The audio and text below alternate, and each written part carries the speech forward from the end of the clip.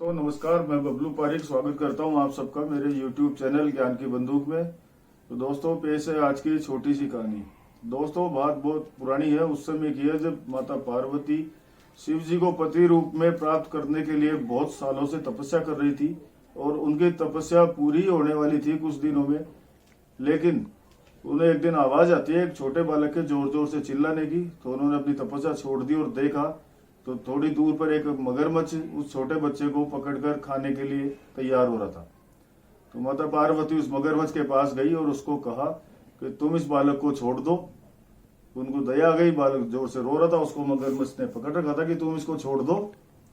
बोले मैं इसको नहीं छोड़ सकता, मुझे हर छठे दिन खाने की जरूरत पड़ती है, भूख लगती है और जो मुझे पहले मिलता है मैं उसे खा लेता हूँ और मेरा जीवन इसी तरह से चल रहा है, मैं इसको नहीं छोड़ सकता। उसने मना कर दिया। तब पार्वती जी ने कहा कि तुम इसको छोड़ दो, तुम्हें इस बालक के बदले मैं अपनी तपस्या का फल दूंगी। मगरमच्छ ने यह सुनकर बालक को छोड़ दिया और पार्वती जी ने संकल्प करके और अपना जितना भी तपस्या का पुण्य कमाया था वो सारा उस मगरमच्छ को दे दिया।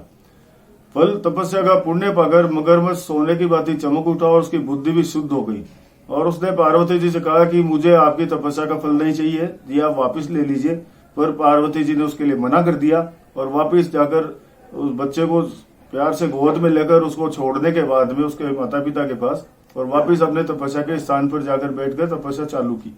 जैसे उन्होंने तपस्या चालू की, शिव भगवान प्रकट हो गए वहां पर और उन्होंने कहा कि तुम्हारी तपस्या पूरी हो गई है, तुमने मगरमच्छ को जो तपस्या का फल दिया था वो सारा फल मुझे ही मिला है और तुम्हारी तपस्या का इससे फल अनंत गुना हो गया। तो तुम्हारी तपस्या पूरी और मैं तुम्हें पत्नी के रूप में स्वीकार करता हूँ। दोस्तों, तो कहानी का सारांश ये है कि जो दूसरों के लिए अच्छी सोच रखता है, दया और परोपकार की भावना रखता है, भगवान उसके लिए बहुत अच्छा सोच के रखते हैं और कहीं जरूरत से ज्यादा और सोच से ज्यादा अपने को उसका रिटर्न प्राप्त होता है। दोस्तों, आज की कहानियां समाप्त होती है।